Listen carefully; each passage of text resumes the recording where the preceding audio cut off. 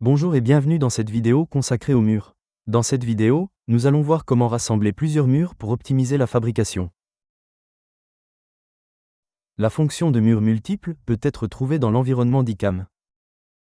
Vous la trouverez dans les menus, sous-fichiers, Extra.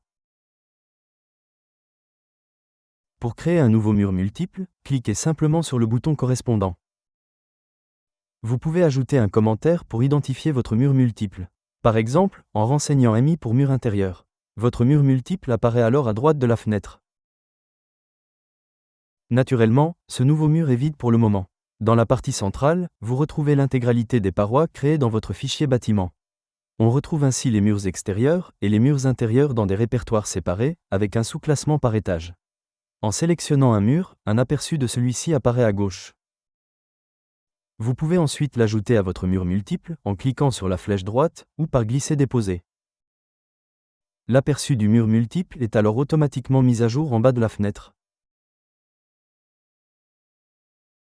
Vous pouvez restreindre l'affichage des murs individuels présents sous l'arborescence, de sorte que seuls les murs correspondant au mur multiple actuel soient affichés. Cliquez sur le bouton Filtre et définissez les critères. Par exemple, on souhaite que les murs soient de même hauteur. La liste des murs disponibles dans l'arborescence est adaptée en conséquence. Vous pouvez alors ajouter les murs que vous souhaitez.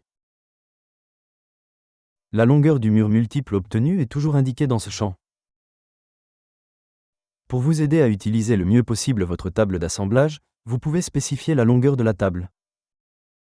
Vous obtenez alors la longueur restante. Vous retrouvez différents paramètres en dessous de la liste des murs multiples.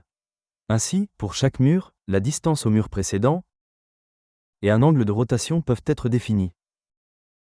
Pour définir la distance, vous devez préalablement spécifier la couche qui sera prise en considération. Renseignez ensuite la distance, puis sélectionnez un autre mur. L'aperçu du mur multiple est alors recalculé. Tous les composants qui se situent dans l'épaisseur de cette couche sont concernés, même s'ils ont été créés dans une autre couche ou un autre groupe. Pour ignorer un composant, vous pouvez spécifier son type de barre dans ce champ.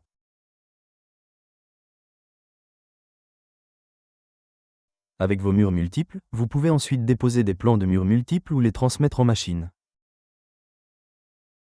Merci d'avoir visionné cette vidéo en espérant qu'elle vous a été utile. Et à bientôt pour de nouvelles vidéos.